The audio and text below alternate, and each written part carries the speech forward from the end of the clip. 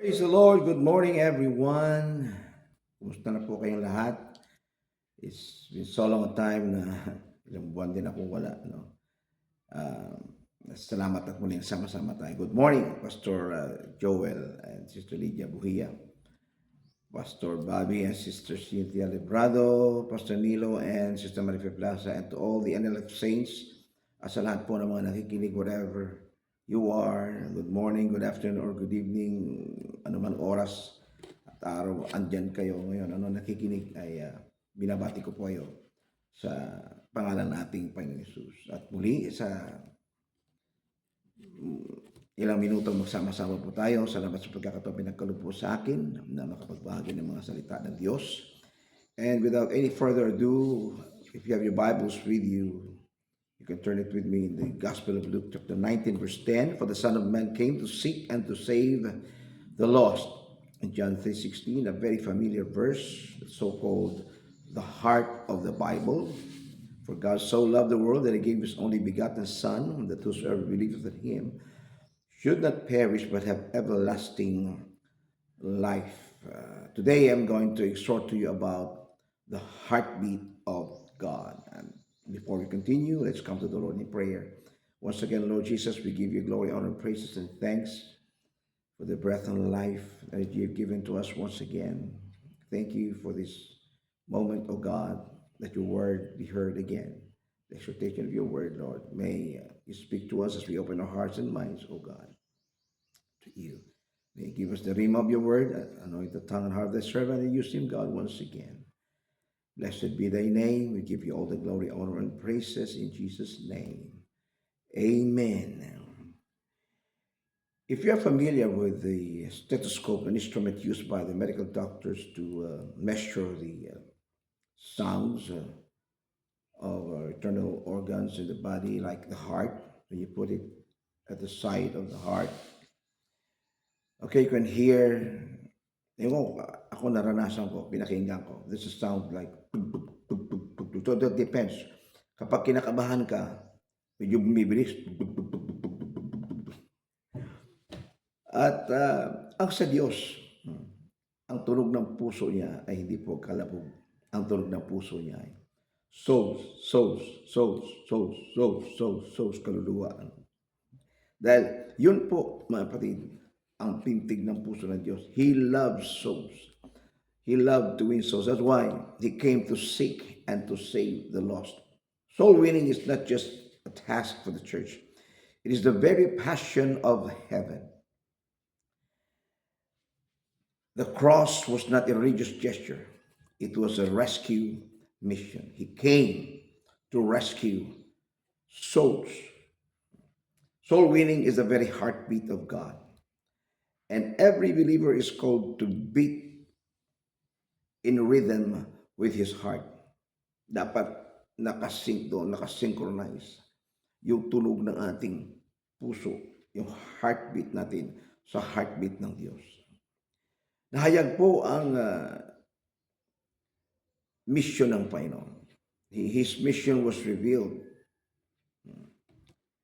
Okay? When he came to earth to save, because that was his, it is his heartbeat to save souls. As we have read in the Gospel of Luke chapter 19 verse 10. So Jesus didn't come to comfort, to have prestige, or he didn't come for politics. He came to seek and to save. God is not willing that any should perish. 2 Peter chapter 3 verse 9. He doesn't want any of his people to go to hell. But he wants them to repent, and he wants them to be saved. The cross is the clearest expression of the value God places on a soul. I've heard a preacher says that the cross is the measurement of God's love. Yun daw sukatan ng pag-ibig ng Diyos. So ito ang malinaw na kapahayagan ng kahalagahan ng kaluluwa sa Diyos.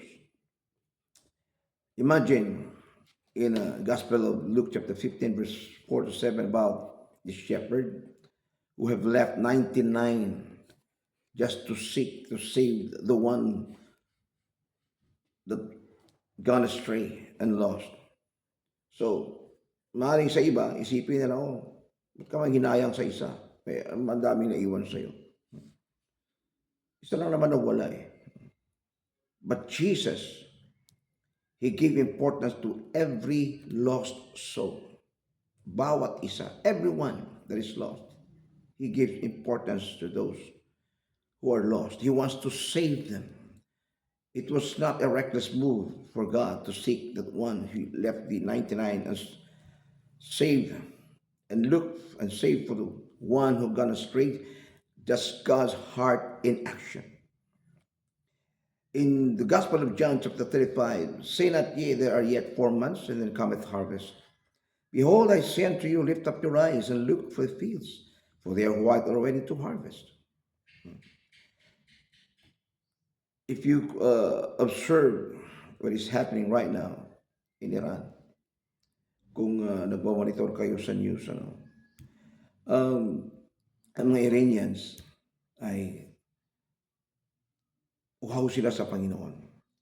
So many of them testifies that they saw Jesus, that Jesus appeared to them in a vision or some in dreams. And someone also testified that Jesus talked to them. Pakilala daw ang Panginoon sa kanila. Don't you know that in Iran, there are 75,000 mosques, nagsasamba ng mga Muslim. But according to the news, 50,000 mosques were burned and destroyed. Ang naiwan na lang is 25,000. So there is two-thirds. So one-third na lang ang naiwan doon. So that means that most of the Iranians, these Muslim Iranians, they want to turn to Jesus. Gusto na nilang sa Panginoon. Gusto nila maglingkod sa Panginoon. I even saw a video of these Iranians worshiping the Lord. They were singing and dancing, worshiping Jesus. Napanood ko sa social media. Blinag po nila. At uhaw na ngayon ang mundo. Truly, hinog na po. Marami na pong aanihin. So, magandang ma-mission ngayon sa Iran. So, sino gusto mag-apply na missionary sa Iran? Oh, gutom na gutom doon. Welcome na welcome ngayon doon ang mga pastors. Welcome ang mga Christians. Welcome ang mga ngaral doon ngayon sa Iran. Kaya gusto nyo mag-apply, sige, applyan nyo. Marami mako-convert doon. Maraming naghihintay doon ng mga kaluluwa. In Matthew 9:36, but when he saw the multitudes, he was moved. He was moved with compassion on them because they fainted and were scattered abroad as sheep having no shepherd.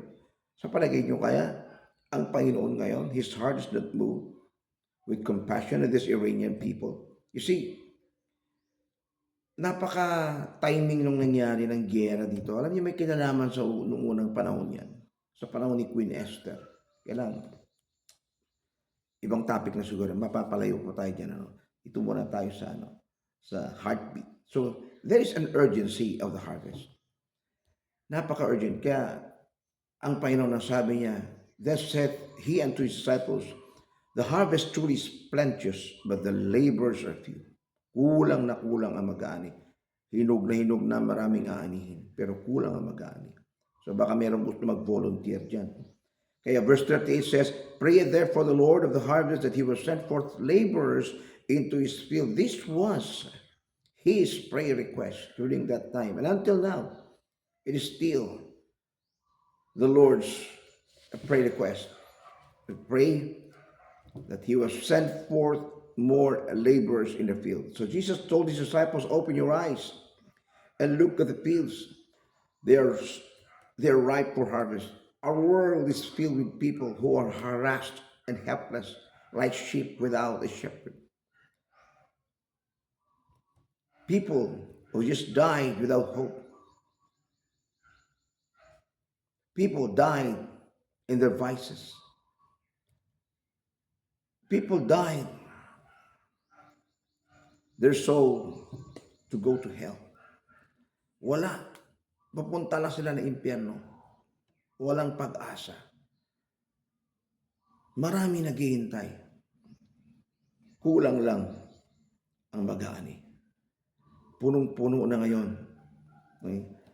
Alam niyo ba ang sabi sa Isaiah? Hell is enlarging itself. Bakit lumalaki ng lumalaki ang impyerno? Habang dumarami ang tao at hindi napapangalalan, maliligaw ang kanilang kaluluwa, pupunta sa impyerno. Kaya, kumbaga, sa sinabi na Isaiah na yung nagre-renovate ang impyerno, nagre-renovate, nagpapalaki. Enlarging itself.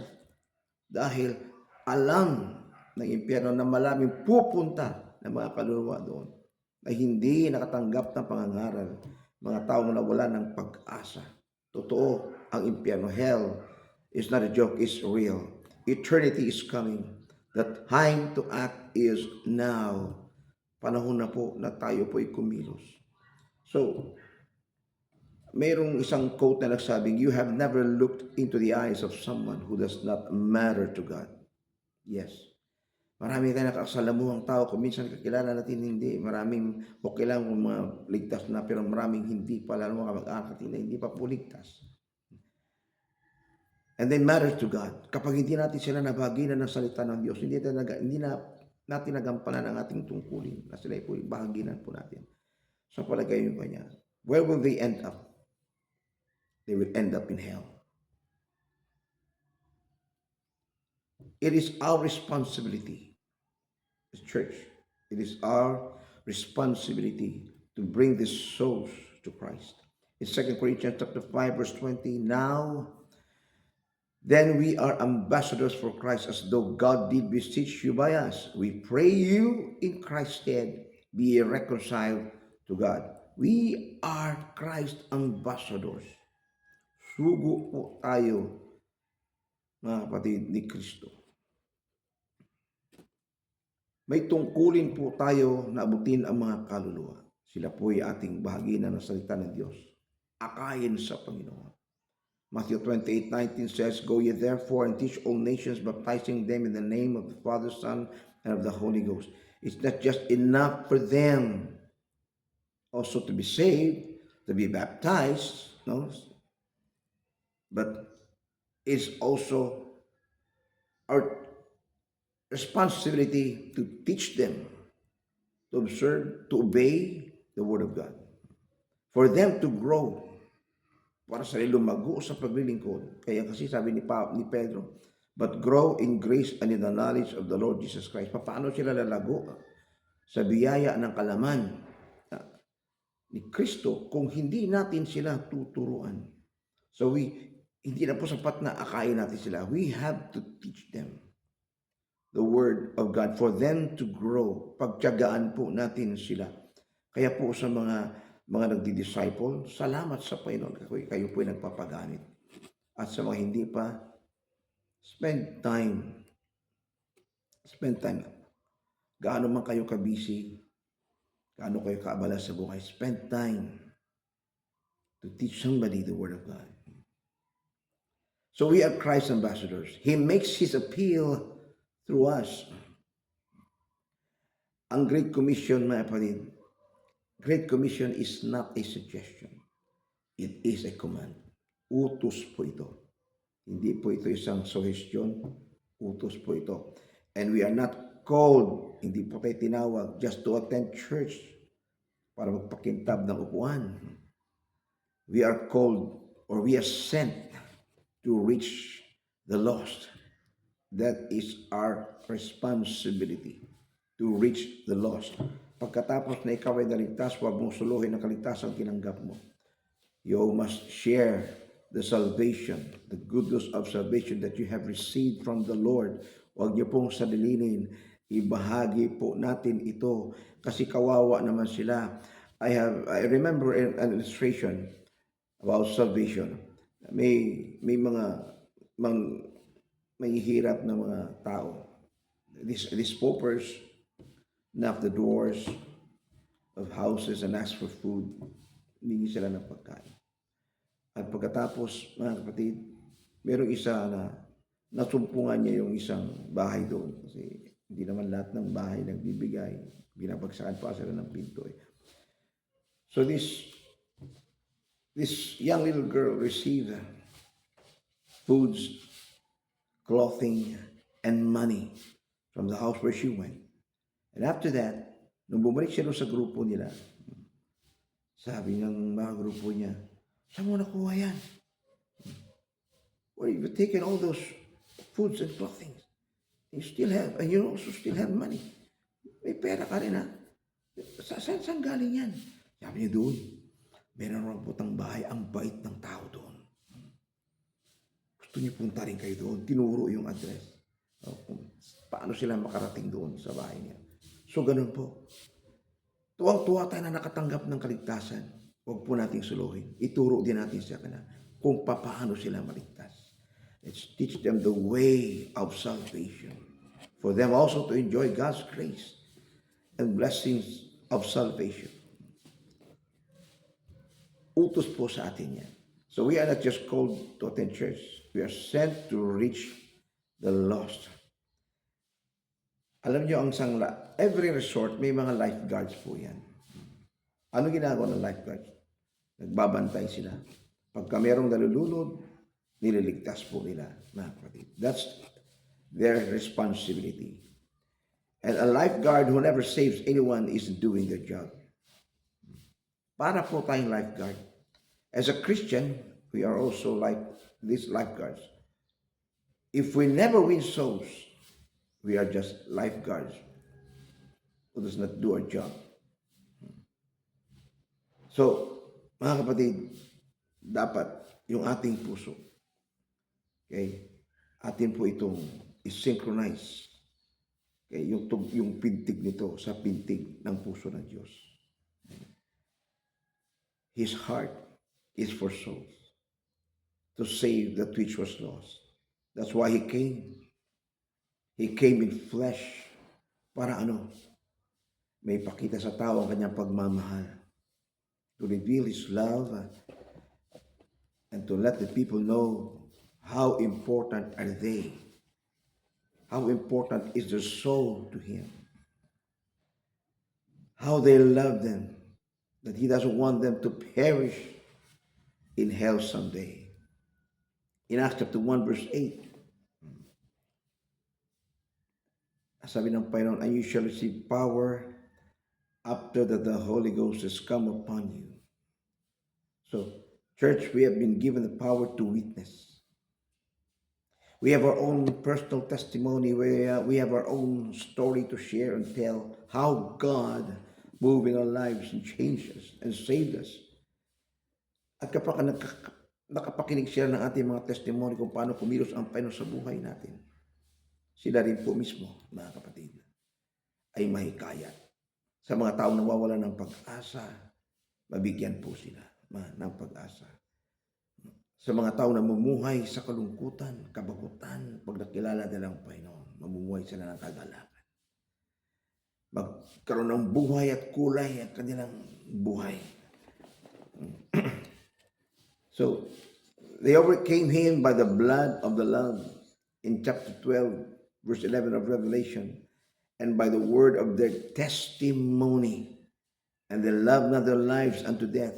Matakan nyo, itong mga taong ito, mababasa po natin sa Book of Acts, hindi nila minahal ang kanilang sarili.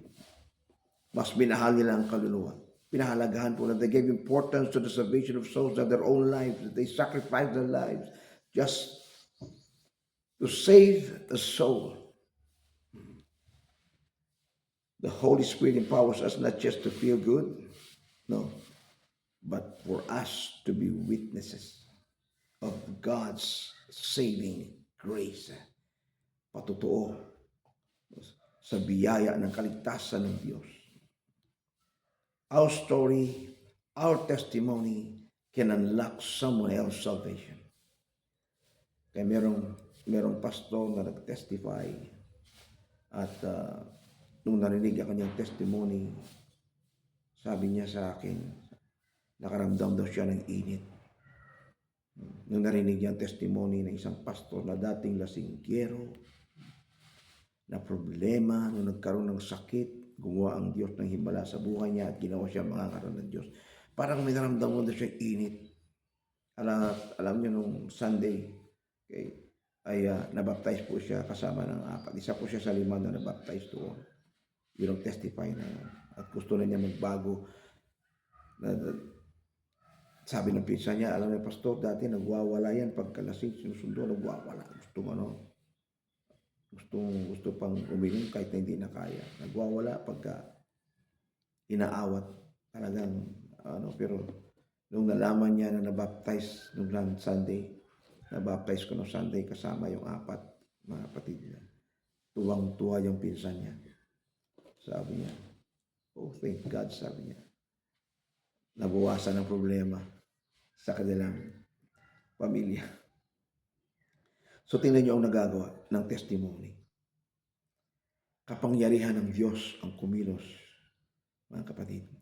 Kaya po kung binago tayo ng Diyos, ibahagi natin sa iba kung paano tayo pinago ng Diyos. Magkaroon po ito ng inspirasyon sa kanila na sila rin ay tatanggap sa Diyos at meron pa pala silang pag-asa magbago. We may not be a preacher, you may not be a preacher. But remember, hindi po lahat pastor, lahat mangangaral, but you can be a messenger.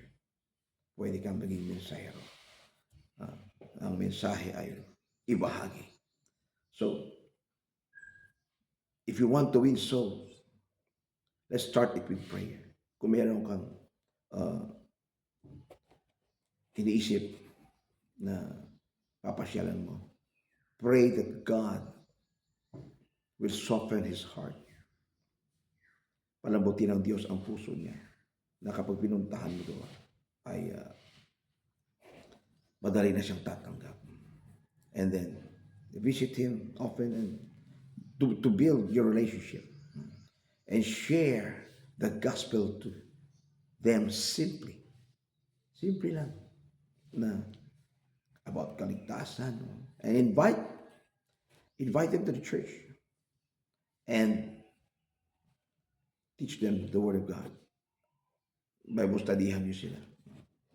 Because, in Luke 15 verse 10, at gayon din si Santiago at si Juan, mga anak ni Zebedee, na mga kasama ni Simon, at sinabi ni Jesus kay Simon, huwag kang matakot, mula ngayon ay mamamalakaya ka ng mga tao. I will make you fishers of men. So, kapag tayo nag-akin ng mga kaluluwa,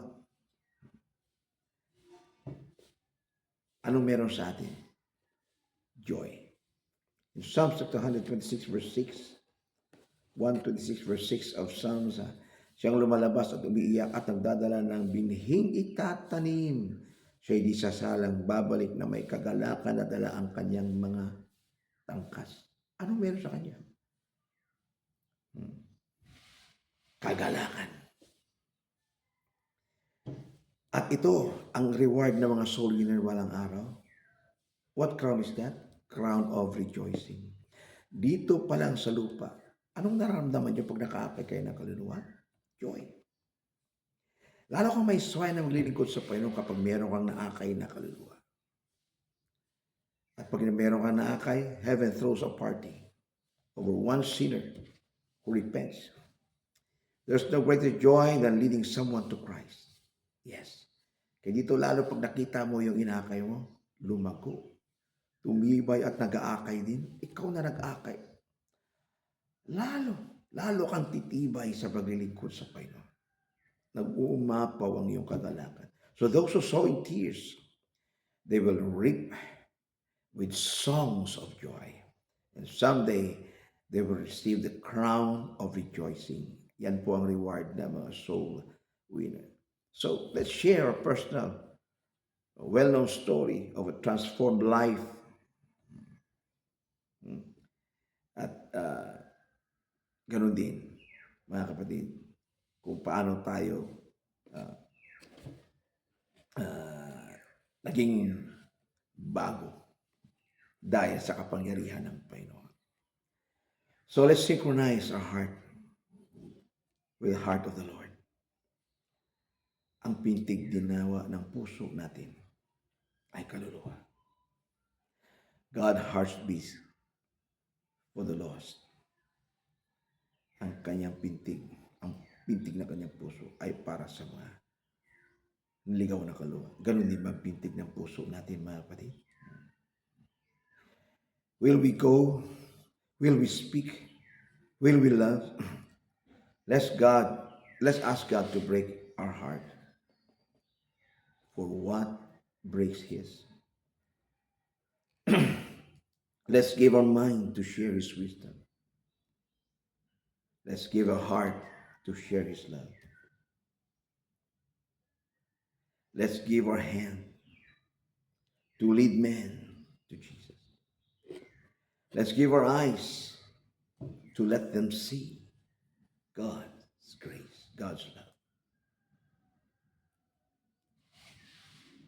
And as we love Him, as we love Jesus, let's give our life away.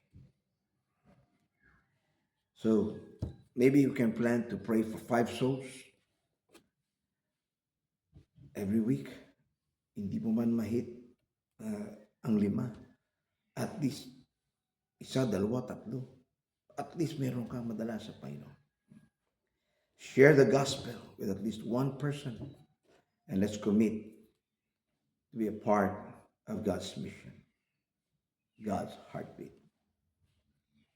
Salamat po sa Panginoon sa kanyang mga salita. Lord, give us, God, a heartbeat like yours. Heartbeat for the lost. Give us the burden, Lord, to win souls.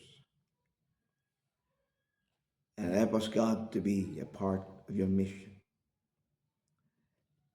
Gaano man kami kaabala, tulungan mo kami, Lord, na magkaroon po kami ng pagkakataon, panahon, na makapagbahagi ng mga salita at makaakay naman kaluluwa.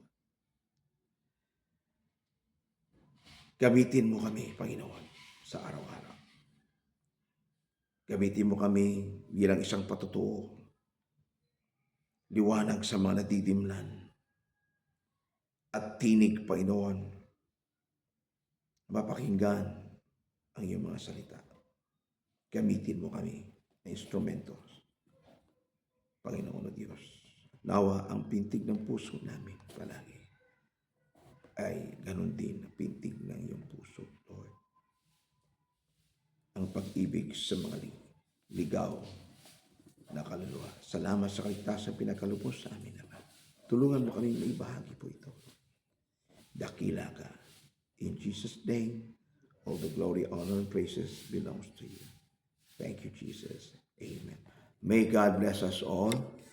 Praise the Lord. Amen.